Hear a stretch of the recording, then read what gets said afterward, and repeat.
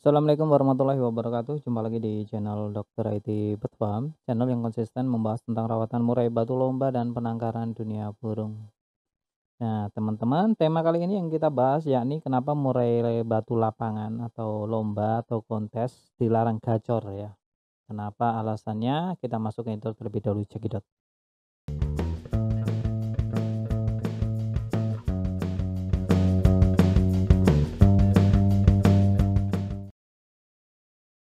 Nah, perlu dicatat teman-teman, kenapa murai batu lapangan atau murai yang sering kita lombakan, sering kita konteskan itu tidak boleh gacor saat di rumah, teman-teman. Jika murai batu kita gacor di rumah dan kita memang orientasinya untuk lomba, itu merupakan kesalahan ya, merupakan kesalahan.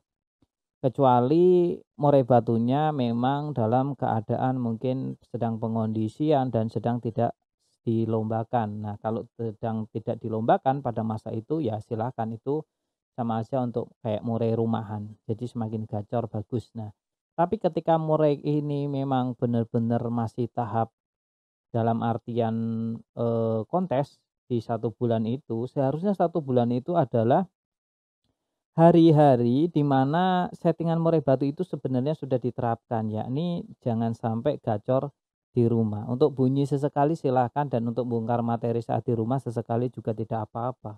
Yang di sini digarisbawahi adalah gacornya gacor bocor, teman-teman. Jadi dia cenderung bunyi terus-menerus ya.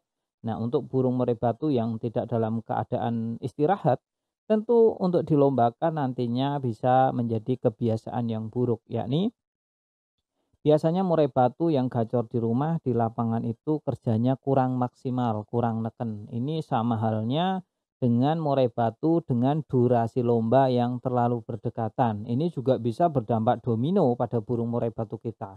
Burung murai batu harusnya ketika dilombakan itu, pertama, kalau teman-teman menginginkan menjadi burung yang terbaik saat perform, maka harus ada perawatan yang lebih baik di antara yang lain, ya.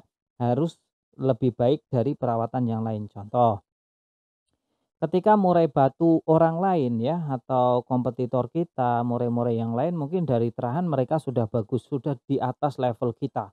Lantas kalau kita perawatannya sama dengan mereka ya, hanya sekedarnya saja seperti itu, dengan durasi lomba sama, tentu kita akan kalah karena start awalnya mereka sudah jauh lebih bagus di antara kita. Lalu bagaimana cara menyikapi ketika kompetitor kita lebih bagus tapi kita menginginkan murai batu kita menjadi yang terbaik saat perform, yakni strategi, teman-teman.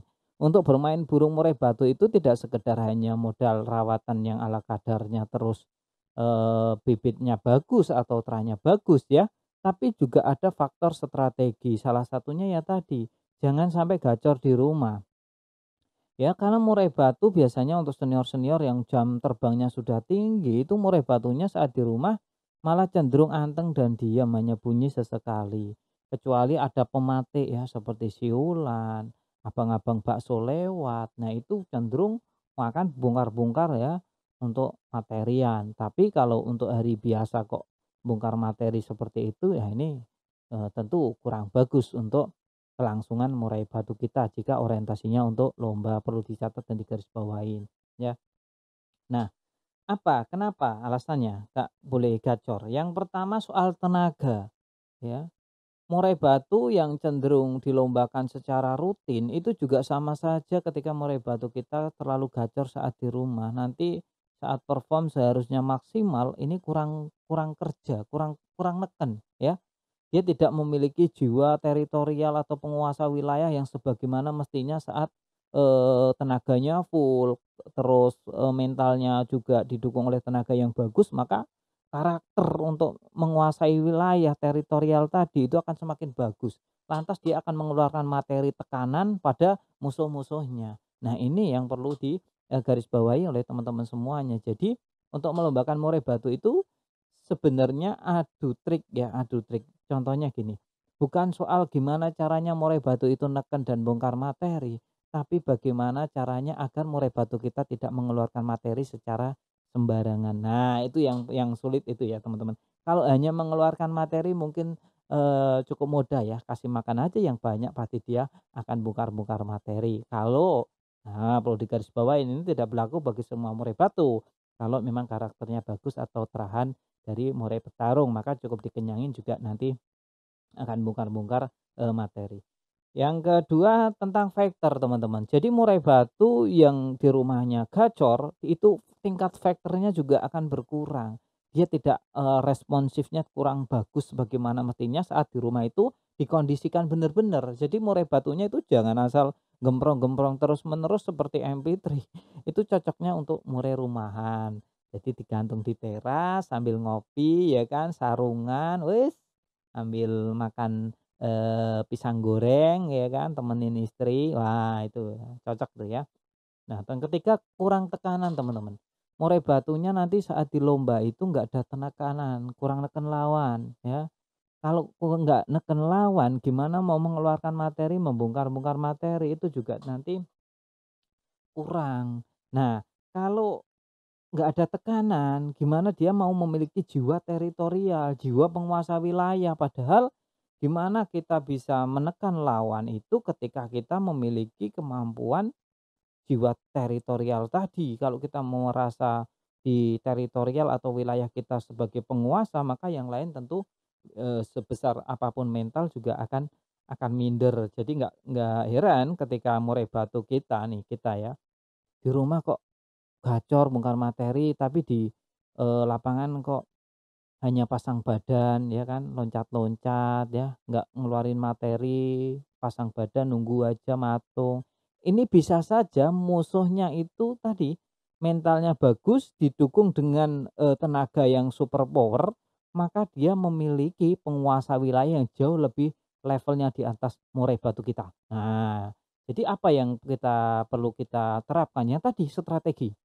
Kita juga harus lebih dari itu untuk soal tenaga, agar apa? Agar power penguasa wilayahnya itu, murai batu kita lebih dominan. Jadi saya tidak heran ketika burung murai batu biasanya bagus kok, kali ini dia kerjanya kurang. Nah, itu pasti ada masalah soal tenaga dan mentalnya, atau mentalnya tidak didukung oleh tenaga yang, sebagaimana mestinya. Nah, terus takutnya kalau burung murai batu yang sudah di rumah terlalu bunyi maka akan menjadi kebiasaan. Kebiasaannya gimana? Kebiasaan saat di lomba nanti karena tenaganya kurang tadi dia hanya mengeluarkan materi secukupnya saja.